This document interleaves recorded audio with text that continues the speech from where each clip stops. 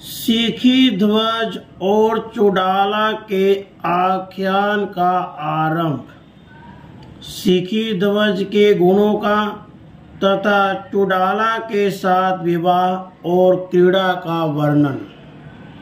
श्री वशिष्ठ जी कहते हैं, हे रघुनंदन, अब तुम अविचल राजा सिखी ध्वज की तरह शांति पूर्वक अपने स्वरूप में स्थिर रहो।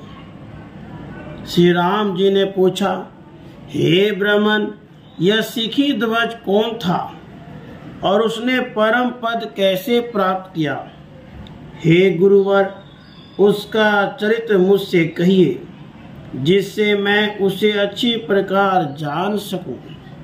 श्री वशिष्ठ जी ने कहा, श्री राम, अतीत कालीन 7वें मनवंतर की चतुर्युगी के द्वापर युग में कुरुवंश में इसी महासर्ग में सिखी ध्वज नाम का राजा हुआ था। जम्बू द्वीप में प्रसिद्ध विंध्याचल के समीपवर्ती मालव देश की उज्जैनी नगरी में वह राजा राज्य करता था। वह धैर्य, औदार्य आदि गुणों से युक्त था।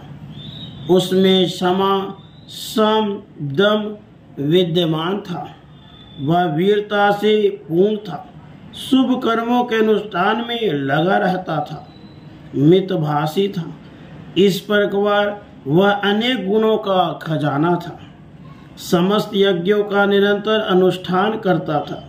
उसने बड़े बड़े धनुर्धारियों को जीत लिया था। वह लोकोपयोगी शुभ कार्यों को करता था और पृथ्वी का पालन करता था। वह कोमल, स्निग्ध और मधुर स्वभाव वाला, दक्ष तथा प्रेम का समुद्र था। वह सुंदर, शांत, भाग्यवान, प्रतापी और धर्मवत्सल था। वह विनय युक्त वाक्यों का प्रयोग करता था तथा याचकों को सही प्रकार के पदार्थ देता था। वह उत्तम पदार्थों का भोक्ता, सत्संग से युक्त और समस्त वेद शास्त्रों का उत्तम श्रोता था। वह सिखी ध्वज सब बातों को जानते हुए भी जानकारी के अभिमान से रहित था। स्त्री, व्यसन आदि तो उसने तृणवत त्याग कर दिया था। बाल्यकाल में ही उसके पिता स्वर्ग चल दिए थे। उसके बाद अपने बाहुबल से उस जितेंद्रिय सिखी ध्वज ने 16 वर्षों तक स्वयं ही दिग्विजय करके अखिल भूमंडल को अपने साम्राज्य संपत्ति में परिणत कर दिया। उसके बाद निशंक होकर धर्म से प्रजा का पालन करते हुए वे बुद्धिमान राजा सिखी ध्वज मंत्रियों के साथ अपने यश से दिशाओं को उज्जवल करते हुए स्थित थे। जब वे युवा हो गए तब उन्होंने अनेक वन और उपवनों में, लीला सरोवरों में, लता गृहों में तथा विविध भूमियों में विचरण किया। उन्होंने वन और उपवन के गुण वर्णन से युक्त श्रृंगार रस से परिपूर्ण कथाओं में रस लिया। सुवर्ण कलश के समान स्तन वाली, हार से सुशोभित शरीर एवं चंचल केशों से युक्त कुमारियों का मन से आदर किया। चतुर मंत्रियों ने राजा का अभिप्राय जान लिया। उसके बाद राजा के विवाह के लिए विचार करके मंत्रियों ने सौराष्ट्र देश के राजा से युवती कन्या की याचना की। राजा सिखी ध्वज ने नवीन यौवन से संपन्न तथा अपने अनुरूप उस उत्तम कन्या के साथ विधि पूर्वक विवाह किया। राजा सिखी ध्वज की पत्नी संसार में चुड़ाला नाम से विख्यात थी। वह भी अपने अनुरूप पति प्राप्त कर प्रफुल्लित हो रही थी। राजा सिखी ध्वज नील कमल के समान नेत्र वाली उस चुड़ाला को स्नेह से प्रसन्न रखते थे। एक दूसरे के प्रति अर्पित चित्त वाले उन दोनों के प्रति उत्तरोत्तर बढ़ती ही जाती थी।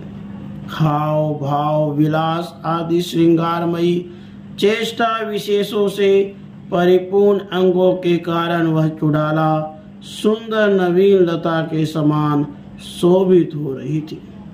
सिखी ध्वज राजा को मंत्रियों द्वारा सभी उपभोग सामग्री समयानुसार समर्पित की जाती थी। उसकी प्रजा सुव्यवस्थित थी। परम सुखी वह राजा कमलिनी के राजा राजहंस के समान उस प्रियतमा के साथ रमण करता था। वे दोनों निरंतर एक दूसरे से मिले हुए थे। एक दूसरे की चेष्टाएं उन्हें प्रिय लगती थी। एक दूसरे से शिक्षा ग्रहण करने के कारण वे दोनों संपूर्ण कलाओं के ज्ञाता हो गए थे। परस्पर अत्यंत मित्रता को प्राप्त हुए वे दोनों एक दूसरे के हृदय में बस जाने के कारण मानो एक रूप ही हो गए थे। जैसे ब्रह्मचारी नियत काल तक गुरु मुख से अध्ययन करके समस्त शास्त्रों का पंडित हो जाता है, वैसे ही कुछ नियत काल तक अपने स्वामी के मुख से सुन सुनकर समस्त शास्त्रों के तात्पर्य में और चित्रकला आदि में भी चातुर्य प्राप्त कर चुड़ाला समस्त विषयों की पंडिता हो गई थी। चुड़ाला के द्वारा इसी सिखी ध्वज ने नृत्य वाद्य आदि जितने कला कौशल हैं उन सब का शिक्षण ग्रहण किया एवं वे कलाओं के पारंगत विद्वान हो गए। उन दोनों की बुद्धि चातुर्य से युक्त तथा सुंदर थी। वे दोनों स्नेह से प्रसन्न और मधुर लगते थे। ज्ञान तत्व का कथन करने में भी वे समान थे। श्रेष्ठ पुरुषों का अनुकरण करते थे। सदाचार परायण थे। प्रजाजनों के वृत्तांत का भी ज्ञान रखते थे। वे समस्त कलाओं के पंडित एवं श्रृंगार आदि नवरस रूपी रसायनों से सुशोभित थे। राधे कृष्ण, राधे कृष्ण।